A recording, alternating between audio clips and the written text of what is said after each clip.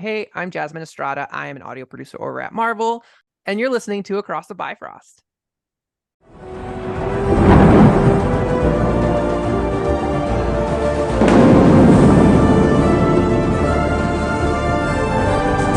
Whoever holds this hammer, if he be worthy, shall possess the power of Thor.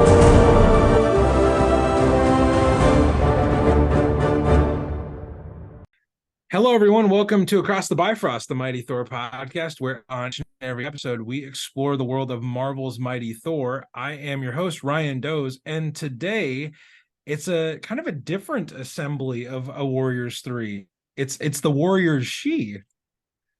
A very powerful assemblage. So everybody, to cover the second episode of season 2 of Loki, Will is gone. Faz is gone meeting famous people at New York Comic-Con. We're gonna do something that Kim, my wife, has mentioned many times she's wanted to do, and we're finally doing it. So actually, I just referenced Kim. She's sitting right next to me. My wife Kim is here back on the show to talk about Loki. Babe, when was the last time you were on Across the Bifrost? Oh God, I think we recorded in our closet the last time we did Across the Bifrost together. Was it Miss Marvel? No, because we watched Thor together. Right. We did do Miss Marvel too. Yeah. But it's been a while. It's been a hot minute. And Kim's not only here to talk about the second episode of the second season of Loki. We're going to talk a little bit about our news from last week. We're going to talk a little bit about Many Paths at the end, and Kim is my co-collaborator in that endeavor, so she's going to give kind of her spin on what that is and a little bit of what we can expect from it. But our friend that is joining us to complete the Warriors She is Hayley Hobbs. Yay! So Kim, what have you wanted to do for the longest time? So I've wanted to do anything podcast related with Hayley because Hayley and I bonded. I know, I love you. Bonded. I love you too. When she bought me pizza, that really helped. So I had similar pizza today, by the way, and it was like almost a year ago that we had that moment. Oh my god! Oh, it has been almost a year. That's insane. It does feel like it's been longer. I feel like in a good way. Yeah, just like we've known you forever. Oh. But yeah, so no, I've just been wanting to. Why am I weird looking at you? I just have been wanting to be able to talk to Hayley in a podcast setting. So, and here we are. We are. She is a legend. So I'm a little intimidated. It's hallowed Zoom ground.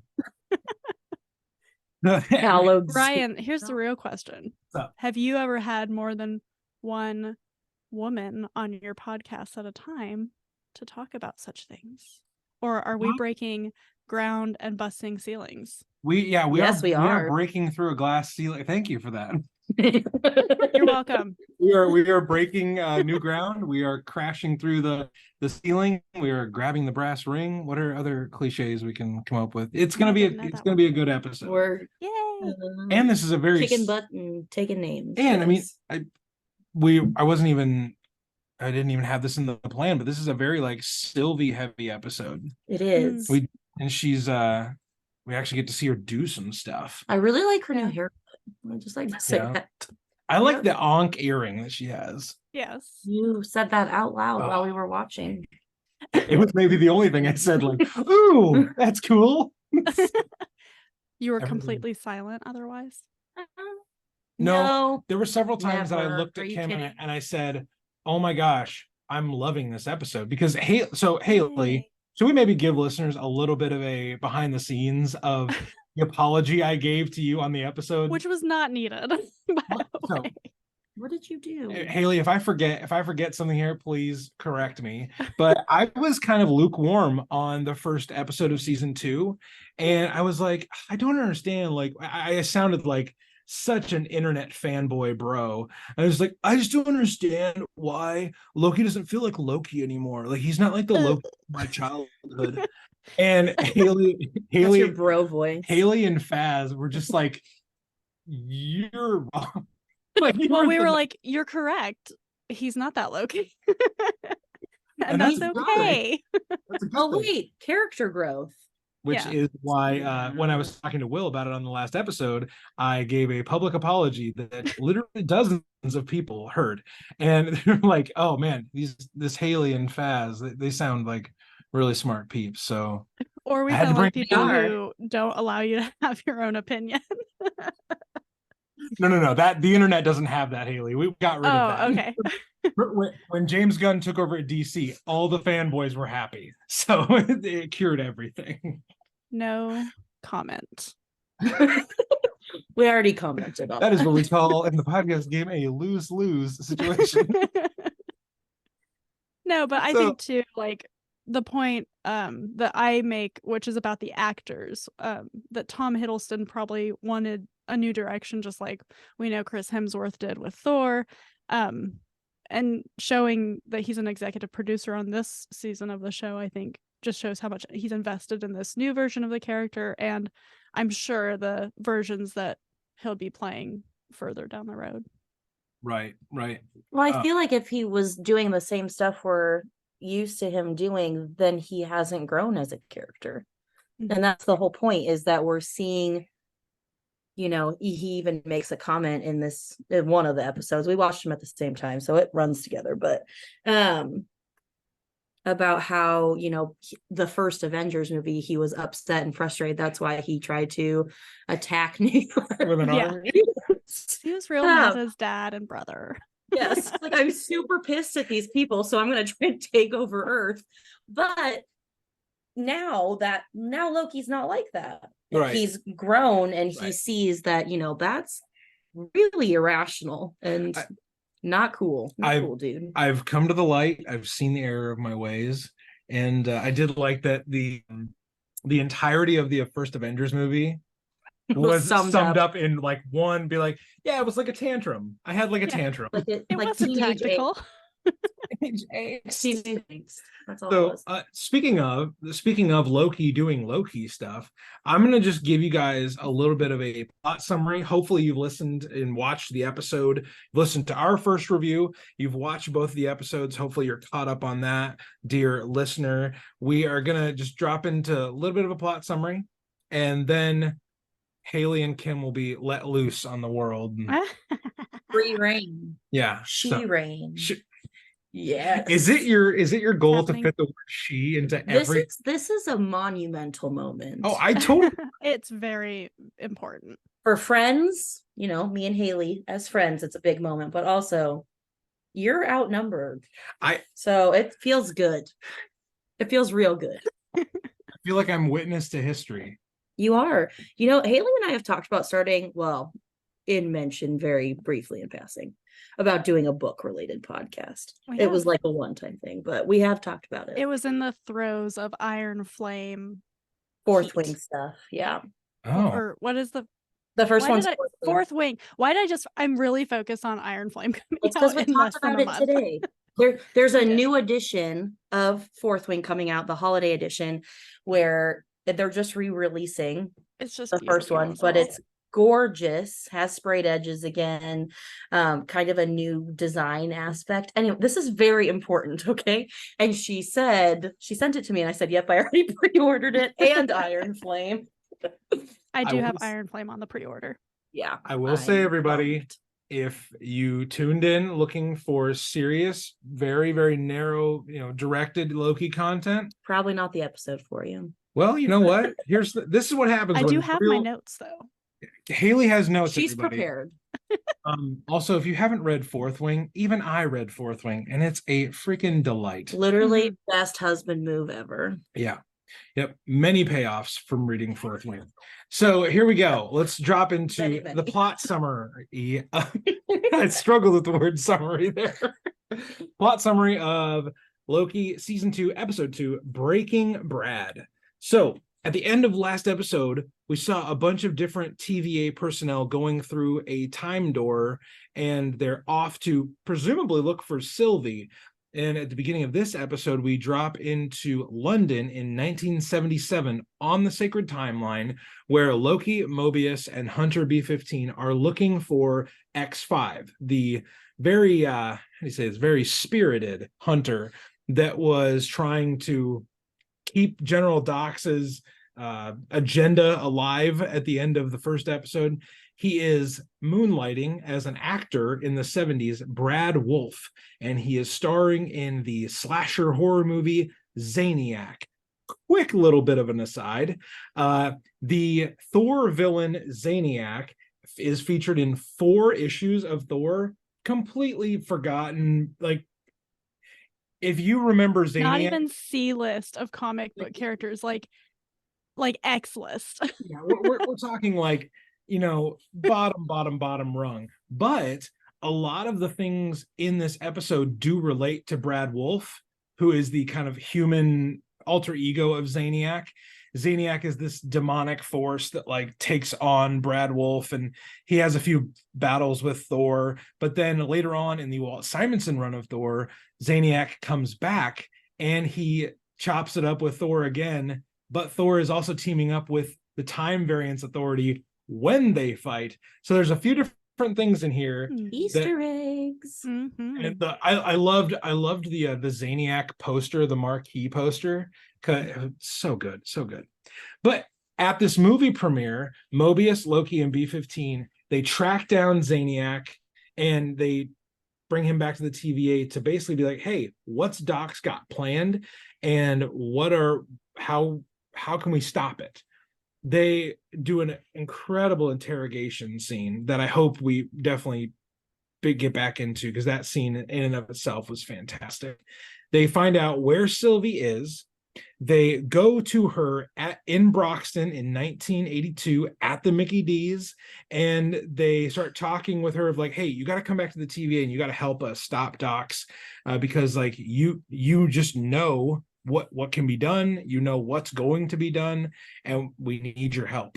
Well, back at the TVA, Dox's plan gets rolling when she is just she's obliterating whole timelines, and they stop her before she gets all of them, but practically she gets all of them, the ones that have splintered. And Hunter B-15 even says like, that's billions of people that have just been murdered. And the acting in that scene is incredible. They are like, they're reacting to lines disappearing on a screen.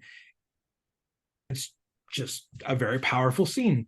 They also are cracking the TemPad that X5 was using to jump through all these different places, and it had like an external device on it. Casey figures out that it's Ravonna Renslayer's TemPad, so now they are going to use it. They're going to use it to start tracking down the remaining timelines that are branched, the things that are left over from Dox's big, explosive end to all these different timelines. Also, we flash the McDonald's at the end where Sylvia is still there, and she has the TemPad that belonged to Kang at the end of time. So lots of threads, but so much to talk about. Hayley, do you have in your notes, do you have a place where you want to start? And then we can just... I do.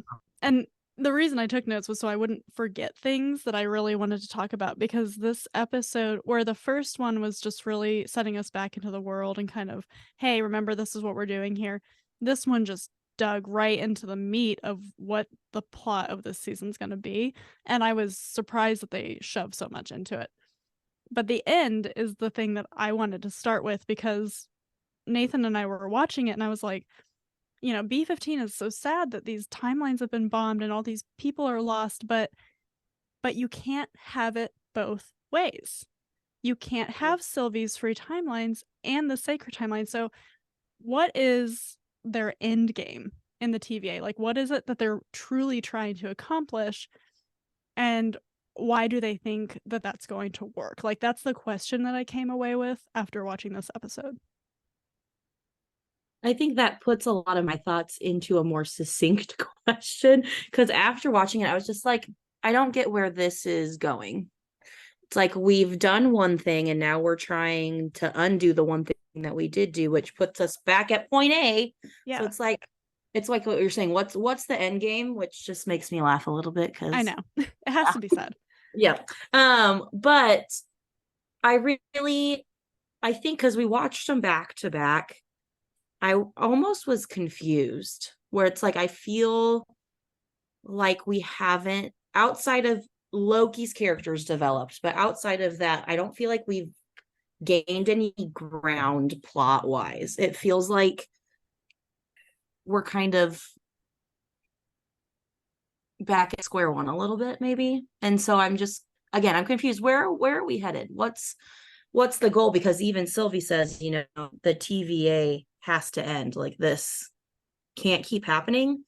But then Loki says to her, like, then what do we do? Yeah, And this so is about everything. And I'm like, well, that's Yeah. a big statement. Like, that's one of the quotes I wrote down, because Yeah. Loki seems to, and he seemed to understand it in the end of season 1 in their conversation with He Who Remains. He was like, well, what if he's right? What if this Right. is the only way? And so that is the crux of the show, right? Who is to say which way is right?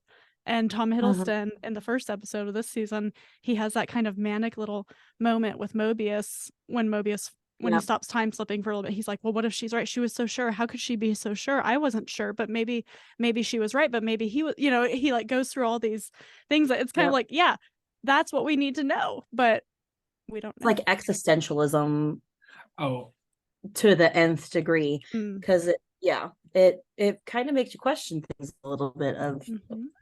who is right. so Was Thanos right the whole time? I mean, Will You need that Will mug. and I talked. I love that mug. Will and I talked a little bit about this on last week's review. What happens when your whole belief system comes crashing down? I believe it's Mobius says this, like, hey, all of their gods are dead yeah. and everything they've ever believed is a lie. Mhm. So now, and you see a few different reactions to that. You see Loki's reaction to that truth. You see Mobius's reaction to that truth. You see Dox's reaction to that truth. And in this episode, we see the furthering of what happens when your belief system comes shattering, and comes crumbling to the ground. B-15, one of my favorite characters. Always, she's one of my favorite characters. But in this episode specifically, when all of those timelines start scattering, she's trying so badly to reform, not destroy. She's trying to reform the TVA to be something good, and her viewpoint of the TVA is in direct contradiction to what Sylvie's revelation has been, that the TVA should not exist. B-15 says it can exist, but it needs to be different. Sylvie says it can't exist. If it does, nothing's ever going to be different. Yeah. So Yeah. B-15's utter dejection when the timelines get erased was so powerful. It was heartbreaking. Because she believed. Yeah. She believed they could change this. Yeah, she believes in both. Yeah. But both cannot exist at the same time. Yeah, and Hayley's right. Like, the paradox of this, it's like you have Ouroboros in the bowels of the TV, who's like, there's so much energy coming into the time loom. It's not sustainable. So was the way that the TVA in season 1 going about it, pruning whole timelines, was it terrible? Yes. Was it necessary to maintain the way that Kang had set up the TVA? Also, yes. He set up, in my opinion, he set up a circular system that had to work the way it worked, and there was no other option. Right. No, I'm just processing. I'm processing this like, well, but Kang's the one that set it up. So if is the TVA the problem? No, Kang's the problem. Of if he's the creator of the system, then that's who the problem is. And so what do you do then? But now that he's quote gone and Right. the Yeah. TVA is persisting, Yeah. it's like, well, now is it the system that he put in place that's the problem? Yeah. The show is asking all the amazing questions. And It's more than a comic book show. Yeah. one thing is that I'm going to try an analogy here. You're Go now for it. Kim does not like my analogies. I Oh my very gosh. rarely hit on these analogies, but I'm gonna give this a shot. like 1 in a million, babe.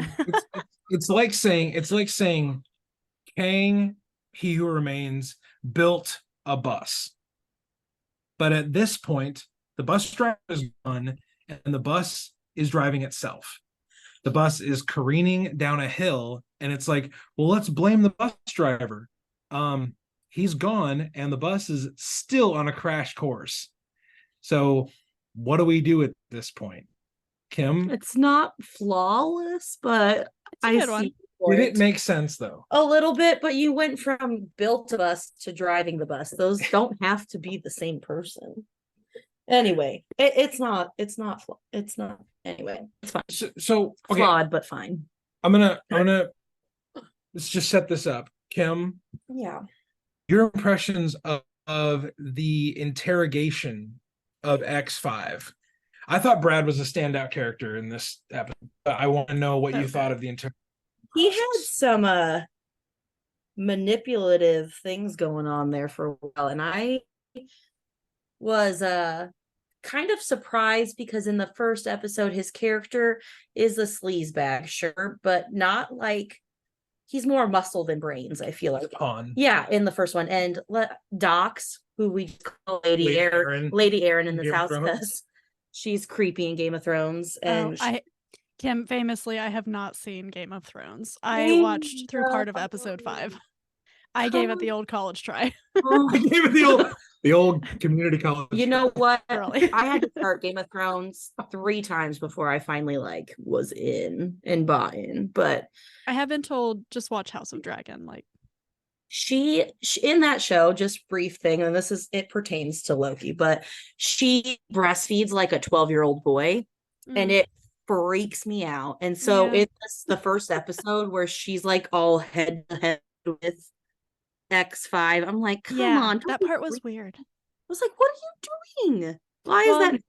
There's this gap of time too with him and Docs, and clearly something occurred that he was like, I don't want to be part of this anymore. Right.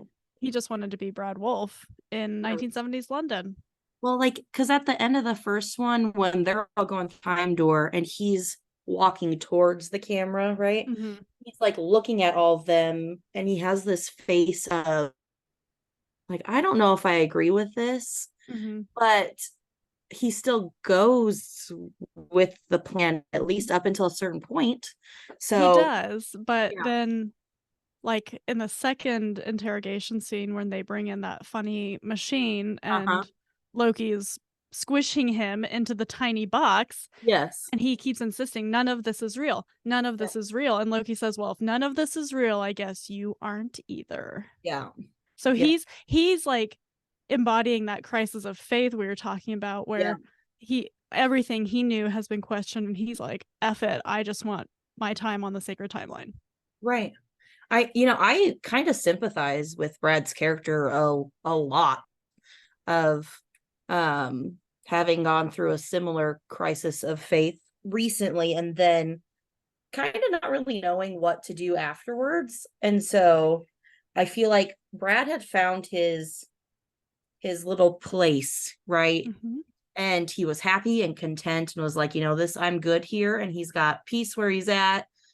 But then it all gets shaken up. But what I was going to say, so he's manipulative in the interrogation, and it was very interesting seeing how he riled not just Loki, but then also Mobius. Mobius is very even keel always. So it's very, we're always Loki. That's literally like his whole thing not even in comics, just in real life. Even when you think you know him, right, you don't. You don't. You don't. And so he's just this wild card. And like, I could see it going either way. If he gets mad, explodes, tries to kill him, I could see him, like just being like, yeah, whatever, dude, I know who I am, brush it off. But Mobius losing it, and then Loki being this empathetic, caring friend, it was like, okay, this is kind of weird. Yeah, he's kind of freaking me out right now. It was like, but that's just not Loki, that's just not, at least not the Loki that we've known. And so to see him actually worry about someone that's not himself was kind of nice, I think. It's a sign of that. It was a big point of Mobius's in the first season, was like, you don't care about anybody else. You only care about yourself. Right. And especially when he puts him in that time loop with Sif, where she needs him to join 100 million times, which surely he's damaged down there now. I think about that every time I watch that episode. I don't know how things work down there in general, but that can't be good for you. He's in there a long time. That's all I'm saying. But that's like his whole growth and there's this like thought of, well, he grows to care about Loki or Sylvie, but Sylvie's still a version of him, and it's like, well, yeah, but he still showed he can care about other people and other things. Even the whole concept of this season of him caring about the other timelines that aren't the sacred timeline, showing he's not even caring about people he knows, but about people he doesn't know. And that's crazy to me. And that was Brad's big jerk move in that first interrogation scene where he, Loki's like, those are lives at stake. He's like, oh, really, Loki? That's rich coming from you. And it's like, hey, he's trying, Brad. But Brad, we don't bring up past trauma here. That's not. People can change, Brad. Don't be a Brad, okay? That's one thing that like our conversation about episode 1 and some conversations that I've had since then about this episode is that a lot of times if our heroes have conquered something or they've faced an obstacle or they've survived a struggle, we want them to be done with it. And that's just not how experience works. Obviously Loki's not a human, but he's still experiencing all these things. He's humanoid. His humanoid experience. This form of him is Alligator Loki. We don't know about him. Yeah, or her. Maybe Faz can give us more information about that. Yeah. No, we're mad at Faz. We are mad at Faz. Why? All right, because mad at Faz because he's meeting cool people. He keeps paying to meet cool people. He's still meeting them. I don't care if he's paying to do it or not. They're photo ops. He's not meeting them on the bus station. Okay, like to go to they Disney. Don't take buses, right? What's with the bus? What's going on here? I don't know. I think I have either a fear or an unhealthy love of buses. Or orcas and owls, everybody. That was the theme of our group chat the other day. So Ryan is terrified of owls. I do not. Oh, we heard. It is the funniest and mocked him. Literally. But how insane is it that a grown woman from Kansas is afraid of orcas? I'm terrified of sharks. I live in a very real fear. Watch Blackfish. They're scary as shit. They are, and they're very manipulative. No, literally. Speaking of Lokis, never trust an orca. I've been tricked before. No, they do this thing with seals to get seals off of ice flows to kill them, where they create a pod of them creates this giant wave, so it washes the seal off the ice flow into the water, so they can eat it more easily. Manipulative as shit. You know what human hunters would call that? Evening the playing field. No. Find food elsewhere. We should eat fish. They are the apex predators. Sorry. Anyway. They are. So let's talk about Sylvie in this episode, because it's the first time that we've gotten extensive Sylvie-ness so far. Sulky Sylvie, as I called her in my notes. What did you say? Sulky Sylvie. Sulky. She said bulky. I was like, I feel like Sophia DiMartino was. She's thinner. That's because she was pregnant season 1. She's not pregnant anymore. Oh, right. She was. Yeah. Her face. I thought she just had a baby. I thought she I mean, she it's was also- breastfeeding because they manipulated her costume, so it was easier for her to pump. Yeah. Yep. But Yeah. hold on. Didn't know that? Yeah. Fun facts with Kim and But- Hayley. See, this is why you have women on your show. I know. Rob. I legitimately want to know more about this. What? So this she- first during season- production of this season. Season 1. Okay. Season 1. She was either pregnant or had just been pregnant Okay. and delivered a baby. Yeah. So She then was- in yeah. season that's- 1 they altered her suit, or in Mhm. season 2 they did? Season 1. Okay. But that's what you can tell in her face. Season 2, she's a lot thinner face wise. I kinda- Yeah. I- Because she's I had the wonder- life sucked out of her. Yeah. They do that. They They kids do. I had this are thought. gonna go when we were gray at watching- 30. I mean, Oh my. I had this thought when we were watching. I was like, she looks sick. Like there no, was- it's probably what she looks like when she's not pregnant, you know? man, Like when they were I also showing wasn't sure like which of her hairstyles in this season, because the first we see her with her short hair in the first episode, which I Right. thought looked like a wig. it did look like a wig, and it was darker than it was. Yeah. last season. And so I don't know if the mullet is also a wig or if Sophie DiMartino's hair is just like that right now. Or when they were filming. Hmm. These are the I- questions I think she looks asked. good with the mullet, but I don't I love could it, never- but she's cute, so whatever. I could never pull that off. But I feel like it fits the 1982 vibe. Oh yeah. Especially in Broxton, Oklahoma. so Yeah. this whole thing of McDonald's, her working at McDonald's, is that, do you guys find that like just like, oh, product integration, oh, that's stupid, or is it like, no, it's kind of funny that she works at a McDonald's and that's like what she wants to do now? I think both things. I wonder how much McDonald's had to pay to have that be part of the show, because it's also part of their current commercial Yeah, run. it's Mhm. the Like it's a marketing. huge deal. So it's like, how much was that deal to, like, the money deal Mhm. to be able to advertise in that big of a way? But also it is kind of funny that I would say, as a general populace view, that we kind of look down on working at McDonald's, Mm, but that's like sure. her happy place. She just wants a life. Yep. She just wants a piece. Or She she's just not wants to running live. from people Yeah. and being blamed for things. And So, I yeah, mean, I work in a job where sometimes I'm doing very monotonous tasks and sometimes I'm not. And sometimes I really relish just having something very simple to do to, not to turn my brain off and just not worry about anything. So, Yeah. I mean, although I'm sure working at McDonald's is not monotonous because people. Oh, definitely because people. I do appreciate having a job as well where there people. are I appreciate you having a job too. It helps, right? I appreciate having a job where like I am not constantly under the magnifying glass of someone, over my shoulder, like, oh no, you spent too long doing that. Oh, you spent too long doing that. No, you can't listen to that while you work. And I like the autonomy of it. And there's weird moments where, kind of like Sylvie in this episode, I just want to like go to work and not have to think too much, kind of like what Hayley was saying. Just Yep. I want to just exist for a day, and then when I'm done working, I get to go do the things that I'm actually passionate about, the things that I'm actually pursuing or that relax me, things like that. Like, Except for you moonlight as a podcaster, but Sylvie's moonlighting as a McDonald's worker. Yeah, it does So- beg the question, what is she doing when she's not working? Right. It's not yeah, like what is she doing in Broxton? Maybe she's just Oklahoma? driving around Oklahoma in her nice green Stargazing. truck. Like, she was stargazing at the end of the episode, so That is she true. could just do a lot of that.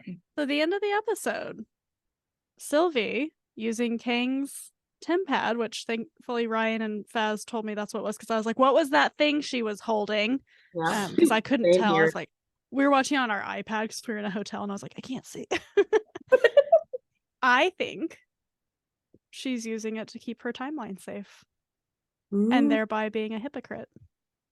intrigue. Oh, And I wonder if her timeline didn't get bombed because Brad was nervy as hell to get out of there. And if she went and restored it, and that's why she was like, hey, Jack, is your mom going to come get you? Like, kind of like, is she okay? Is she coming? Mm. That's my big Interesting. swing. God. with the fastball. Because I viewed that line differently. When she asked Jack if his mom was coming, I viewed it as like she's built this life in Oklahoma, and she's branched out similar to our Loki of like she can care for other people. And she has a thing for Jack's mom. I mean, Loki is gender fluid, so very possible. Maybe she's got a rockin' mullet too. I don't know. It was the 80s. That's how I first took the line, and then as we were driving 6.5 hours home the next day, I was like, but what if? And Nathan was like, that's what I thought too. And I was like, What I'm hearing you'll is have to bring me and Hayley back on for the finale thing so we can see who's right. It sounds like I need to bring Nathan.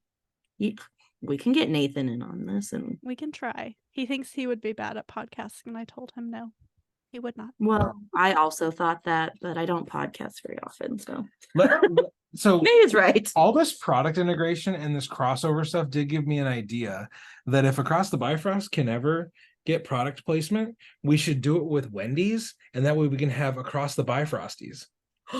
That's I love Wendy's. Oh my gosh, I love Frosties and fries together specifically. Across the Bifrosties. That's Wendy's, if like you're listening. Product integration, you just do that. Just like go to Wendy's and then post about it. Yeah, you just got to add them. They have a great social media presence. Oh, Wendy's social media is fantastic. It's like they're saucy. They are. They are, and I love that they do intended. anime on their stuff. I've not seen that. Oh yeah, they just clap back really well. Yeah, I don't know. Arby's does. They do like they are different restaurants, honey. Well, I think that's the Jamocha shade. I think we've come to the point in the podcast where Ryan needs to be quiet again, and yeah, you should just leave, like when you went to the bathroom. Great. Now the illusion is broken. People know I go to the bathroom occasionally. I thought you were going to come back. I was like, well, bye. Okay. That's it. He literally stood there for like 30 seconds and I'm staring at him going, are you coming back or not? And he's like, it was just fun to listen. You're going to do that tomorrow Let's anyway. do final thoughts. No. We're done already? Well, I mean, final thoughts on this show could take a while. So Kim, what was like one of your big takeaways from this episode, and maybe like what are you excited to see on the next episode for the rest of the season? Some big takeaways. Well, I like seeing how Loki has developed. I like kind of this push and pull that him and Mobius are playing of they've almost switched sides of like Loki was happy where he was at and Mobius was the one that was trying to change things, and now it's opposite where Mobius is like, no, I'm happy where I'm at. I don't want to go see if I have a better life over there and then have to sit with it. So that's very intriguing to me, and it's like they just flip-flopped it. So that's cool. But also I kind of felt like we had a little bit of an Infinity War moment with all the timelines disappearing and losing billions of people. Yeah. But last time they reversed it. It's like, we're going to bring all those people back. There's not really a reversal button. Reverse. There's not one that we know of. Right. We do know that when things get pruned, they get converted into this raw time energy. Right. So, but now the energy is too much. It's too much. Yeah. So anyway, I'm just kind of curious. Most of the time, especially with shows like this, I don't have expectations. I just am along for the ride. I have opinions. Oh, what a freedom. I'm not saying once something's happened, I don't have opinions about it, but I don't like going, oh, I wish they would do this. The last time I did that with a Marvel show, I was so disappointed. Which Marvel show was that? WandaVision. I had such, here's the thing. I love WandaVision, and there's nothing, listen, there's nothing wrong with what they did, but we were so invested with what we thought they were going to do. Mephisto confirmed. Yes, like literally every single week. Mephisto, yeah. And then it didn't happen, and it kind of was like, oh, that was kind of anticlimactic. But if we wouldn't have done that, then that would have happened. So I tried to just physically so upset. If we just I just sit back and enjoy, you know what? I trust Kevin Feige and I trust Tom Hiddleston. So I love how you're really though, it's Owen Wilson that matters. So. I love how you're he's like exemplary in this show. the last time I had expectations, their show. No, it was though. The thing that I forgot to mention this, I made a comment about Mobius's name, but it's very sus to me. Mm-hmm.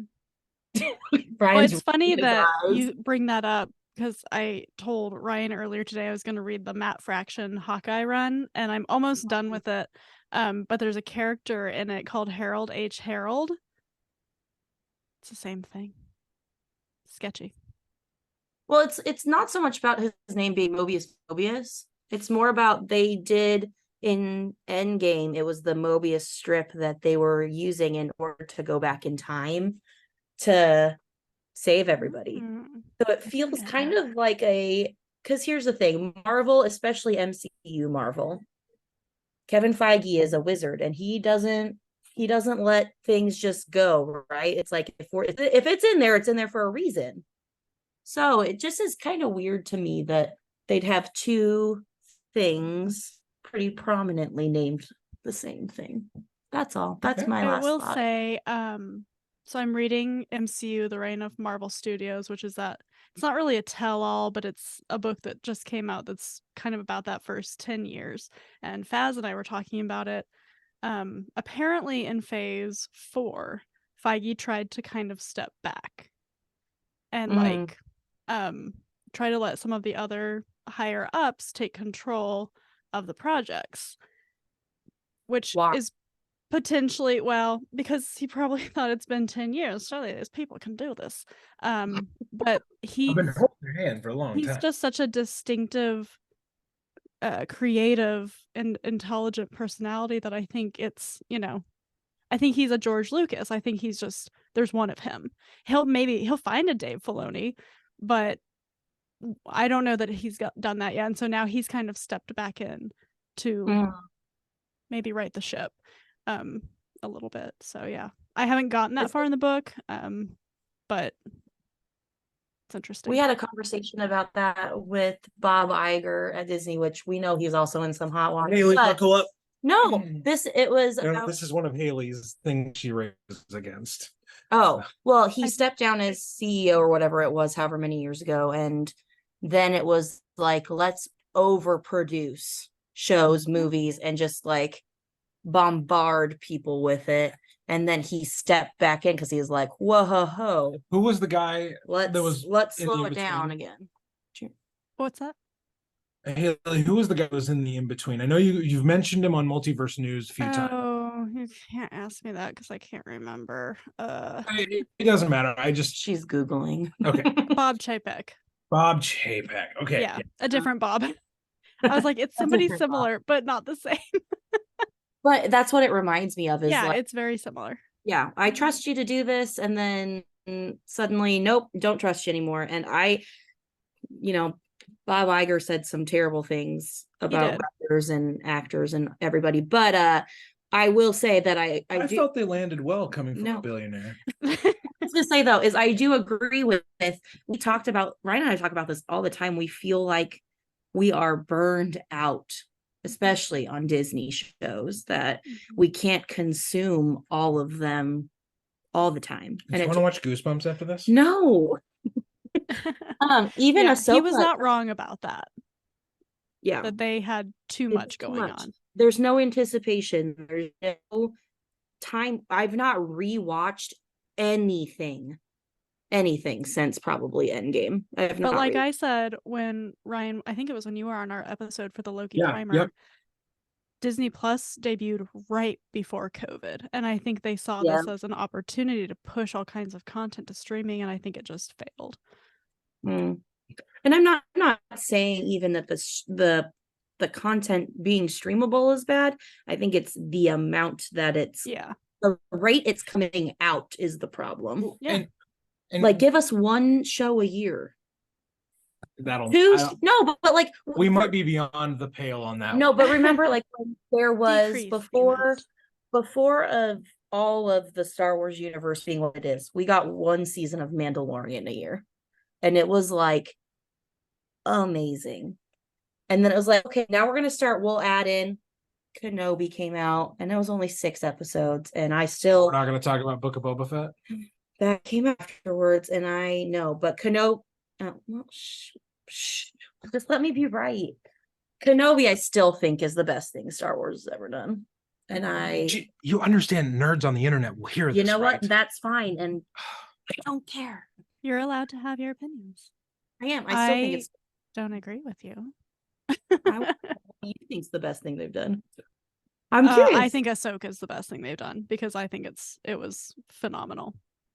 For me, as a Rebels and Ahsoka fan, it was the best thing that could have happened to Star Wars. I refuse to acknowledge anything after Return of the Jedi. So that's so not true. No, I freaking we've covered all the levels of fandom. So, Hayley, what were some of your what was your big takeaway from episode 2, and maybe something you're looking forward to unfold in the season? Sylvia's probably the thing that is just sitting with me the most because I'm stuck on this theory about her now, and she created this free timeline mess, if you want to call it a mess, that they're in, but she's trying not to take any responsibility now.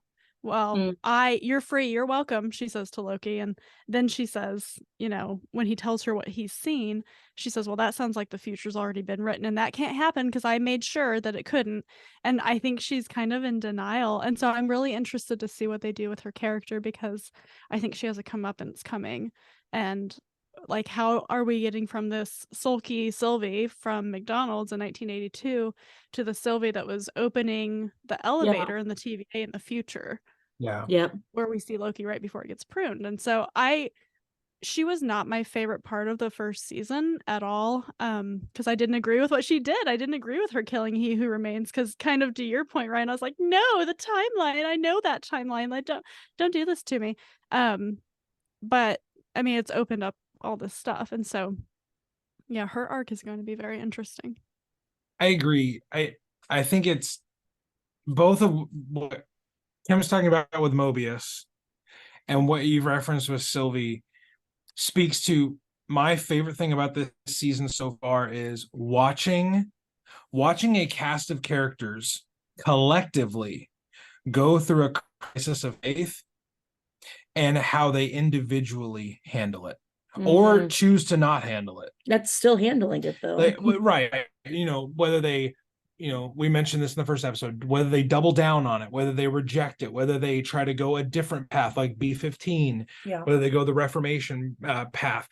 Maybe that just speaks to me personally, like Kim mentioned, having in the last few years gone through a personal crisis of faith. Maybe that's why it resonates with me so much. Probably. Yeah. But also, I think it's great to see characters encounter a different kind of obstacle that they can't just punch their way out of. That they can't just, we're going to get the drop on the bad guy and we're going to take out the big, MacGuffin. But this is an existential. Well, it's like, who is the bad guy? We don't even know. You can't pinpoint a specific. Depends on who you ask. Yeah. We have encountered what I just calling it's an existential weapon of mass destruction where everybody is hit by it. Everybody in the TVA, it's unavoidable. The thing that you've built your existence on, or what you thought you built your existence on, because we learned that they're variants and they've had their minds wiped, that it's an inescapable thought. It's an inescapable dread of, what do I do now? It almost feels Matrixy to me. Yeah. It's like they've been living in the Matrix, but now that they know they're in the Matrix, it's like it shifts how they. It forces you do everything. You have to reconcile with it. It's in it. That's why I just say it's inescapable. No, everyone in this show is going to get hit by it, and the people that we see off screen are getting hit by it. And I think that's one of those things where so many Marvel movies and Marvel shows have felt like, okay, affect some people, and we're gonna thwart the bad guy's plan. see Secret Invasion, see, you know, a bunch of other shows and movies, but this one is like, and yeah, I'm a Thor Loki fanboy. That's probably why I care so much about the themes of it. But this theme hits so personally, so I think that's why this show is going to be something where I'm watching every character going forward, because every character has to deal with it. Yeah. So, and they're going to deal with it differently. And we haven't seen Victor Timely yet. So Not yet. That's my one thing. It's like we haven't seen Jonathan Majors pop back up yet as any of the variants. Yeah. Of the, and he told Sylvie at the end of season 1, all of them are coming. Right. So it's like, but when? We haven't seen one of them yet. I mean, we saw Quantumania, but you know, Victor Timely was the one that we were supposed to see. Mm-hmm. And yeah, I always question not how are these super interconnected anymore, but I question now, I'm like, where is it in the timeline of the MCU? Because that tells me more now than it used to, you know, in the Infinity Saga. And I can't remember, Loki season 1 is supposed to have taken place.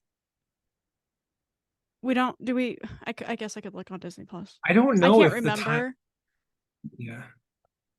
But because this is right after it. So is this butting up against Quantumania? It would have to, right? Because Kang's gonna get out. So that to me is a super interesting, rather than the interconnectedness, like movie and character wise. It's like, where in the timeline are we? Yeah, and I think that's what's great about the show, is that so many of the large scale themes are interesting, and so many of the small scale themes are interesting. Yeah. And oftentimes they are working symbiotically to create a story that we care about the big stuff, but we also care about the small stuff. You know, that this episode in particular was like workplace comedy meets existential like nihilism discussions. And I loved over green pie. I loved it. That was so great. The pie is so good. Did you find us an answer? It's kind of vague. Wibbly, yeah, wibbly wobbly. They say it takes place after Endgame. It takes place after the first Avengers, but then really after Endgame, because in Endgame when they go back, things change. Yeah. But then it exists outside of time. Right. So it's like that was not helpful. Yeah. So, and maybe that's the reason, you know, when we get closer to Secret Wars, or we get closer to, you know, those other Avengers movies, maybe that's when we find out when this show is actually taking place. Right. Yeah. Because but lots of I like that anticipation. right. Lots of speculation even beyond season 2 of Loki. Kim, now we've gotten to the end of our review. Now that we've gotten to the end of our review for episode 2, Breaking Brad, which I thought was very funny. Oh yeah, so clever, fantastic. Yes. And the composer for the show, Natalie Holt, if you're not following her on social media, please do. She's absolutely delightful.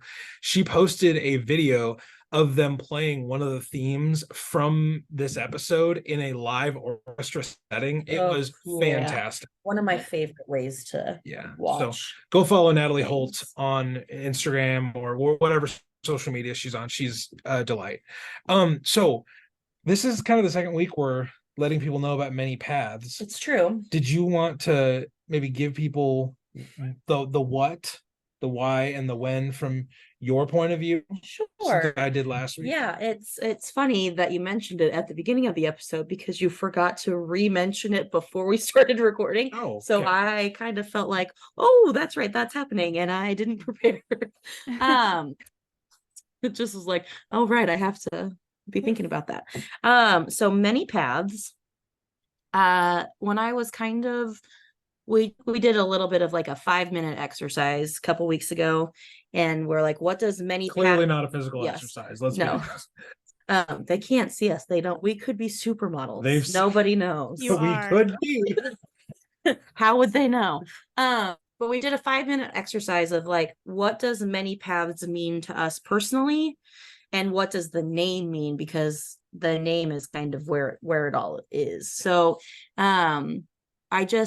I remember writing in that it feels like our relationship just summed up, is that we have all these loves of stories all of them, all the stories. But it feels like we keep saying like many paths, but same destination. And so we love all these stories, but we always come back together, whether it's like Star Wars, obviously Marvel, Harry Potter, Lord of the Rings is actually the biggest one that we like together. But that's kind of, we can see it in little pieces of our relationship. We started, the first thing we did together, not dating, just as friends, was we played Lord of the Rings Risk. And that's was when you know you got a good one. Yeah. And it was intense. the trilogy edition. So it was like a big deal. And I had never met somebody that not only like would play with me, but was excited and was like equally as shocked that a girl would ask him to play. But I mean, since that very beginning moment, we just as we fell in love, this is like really cheesy, but as we fell in love, we're bringing in all these loves of stories. And so for a long, long time, we've been talking about how to both go after our creative endeavors separately, but how do we like cross it over, and how do we come together? We do everything together, you know. I mean, yes, he podcasts by himself for the most part, but at one point in time it was like, okay, how can I be a part of this? And that's why we started Muggles, Magic, and Mischief, was to kind of bridge the gap between my love and his love of podcasting, my love of Harry Potter. And so it's just kind of been a natural thing for us to come together creatively.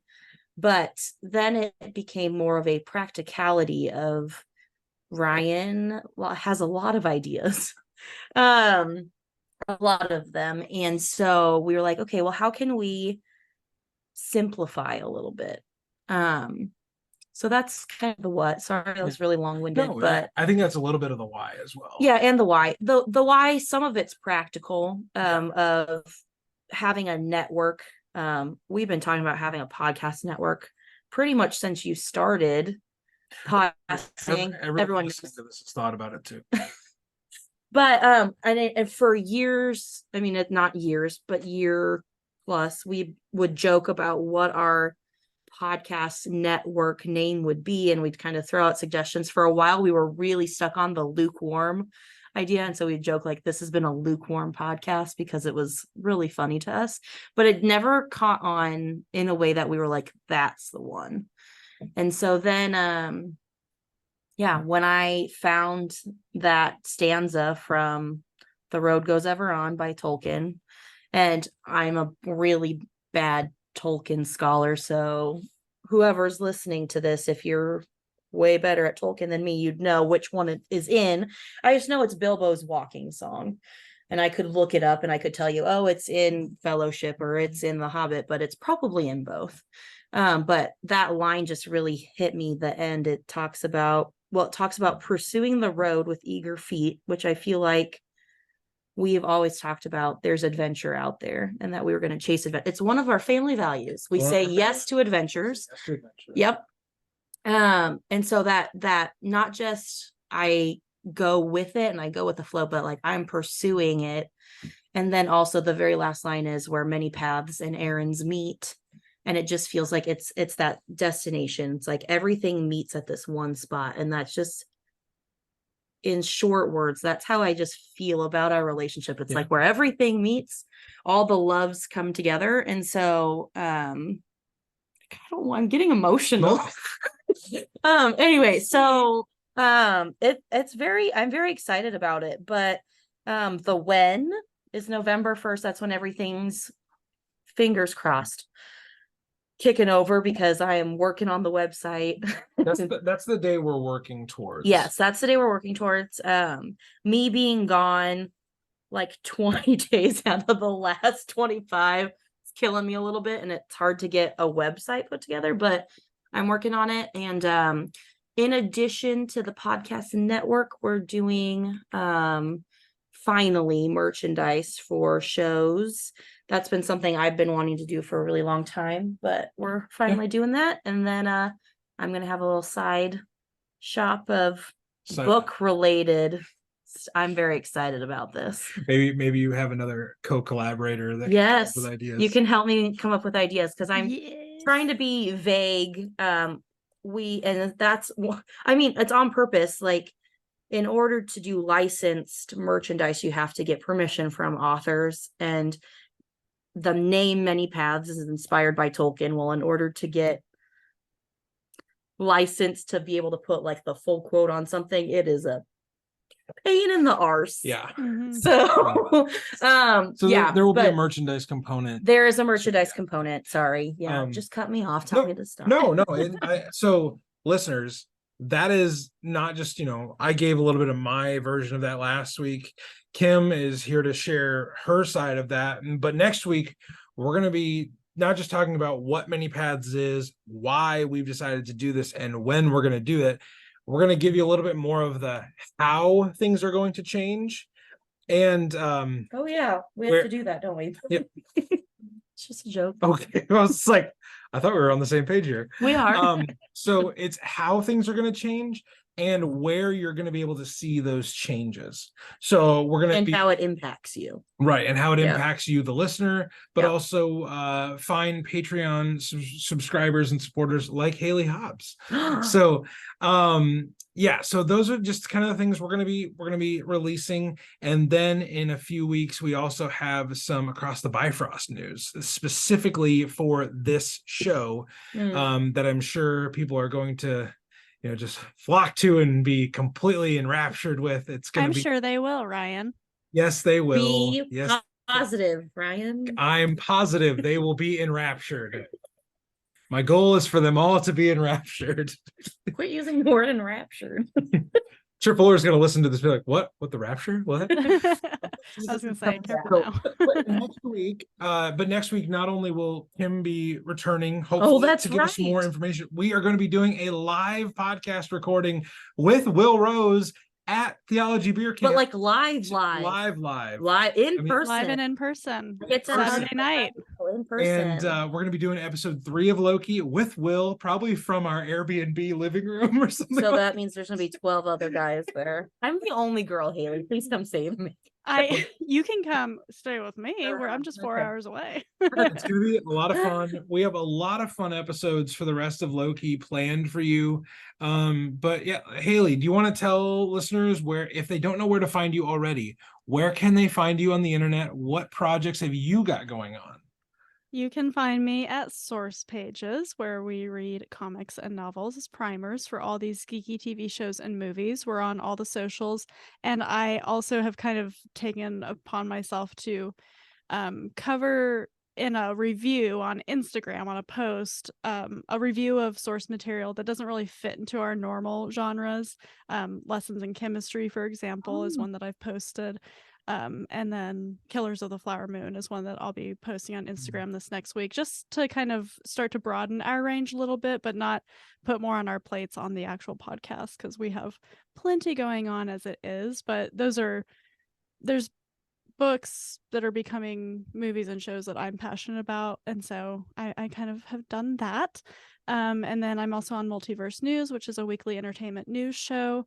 We stream live on Twitch on Tuesdays at 7:30 Central, and then it's available in the feeds on Wednesdays. Everybody, go check out Source Pages. If you haven't already, we've been heralding Source Pages since Hayley's first appearance on the show. So long ago. And we started our shows very, very in the same month, I believe. Yeah. So Hayley was one of my first internet friends.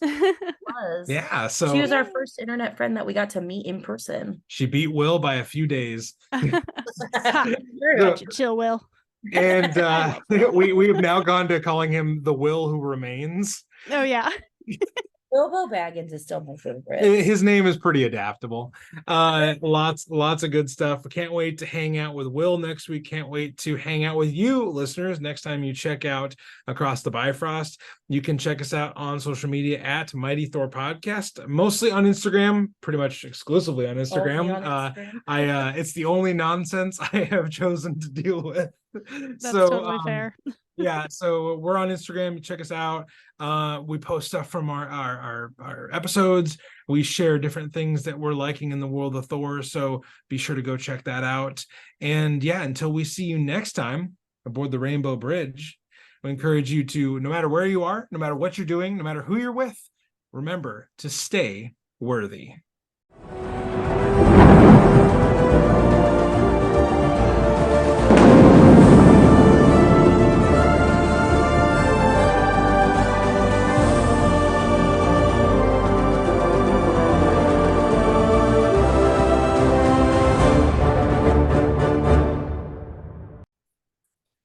Bum bum bum bum bum. Yay. That's not It was beautiful.